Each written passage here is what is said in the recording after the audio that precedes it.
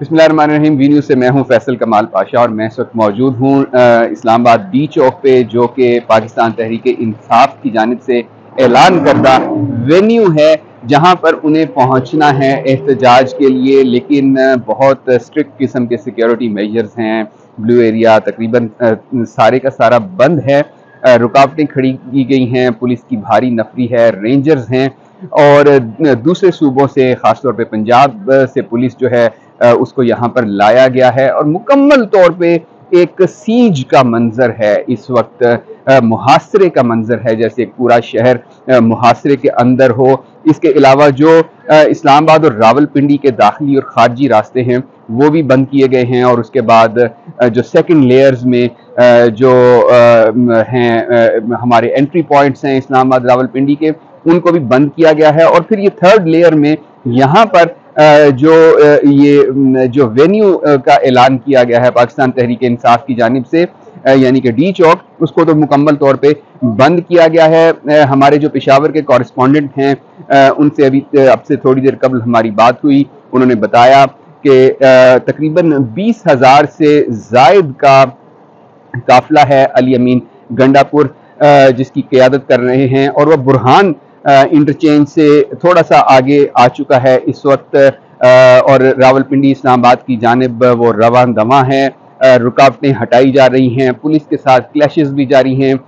रात गाजी के मकाम पर पुलिस के साथ उनकी झड़पें हुई, पुलिस ने शेलिंग भी की, लेकिन इसके बावजूद काफिला जो है वो रावलपिंडी इस्लामाबाद की जानिब गामजन है। और आज एक और बड़ी डेवलपमेंट ये है कि बेलारूस के सदर अपने 2 रोज़ा दौरे पर पाकिस्तान पहुंच रहे हैं। कल उनका 75 रुकनी वफद जो है वो इस्लामाबाद पहुंचा था और इस दौरे के हवाले से दफ्तर खारजा का ये कहना है कि बड़ा अहम दौरा है और पाकिस्तान इस दौरे के दौरान बहुत से MOU साइन करेगा, बहुत से माहिदे साइन किए जाएंगे इस दौरे के दौरान।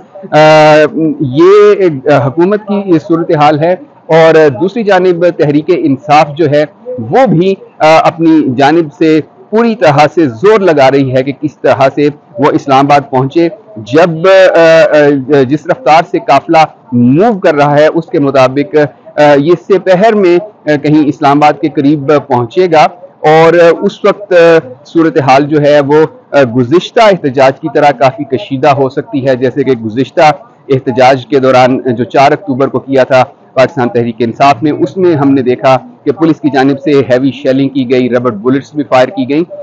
तो पूरा इंतज़ाम किया है वफाकी हुकूमत ने एहतजाजी मुजाहिरीन से निमटने के लिए।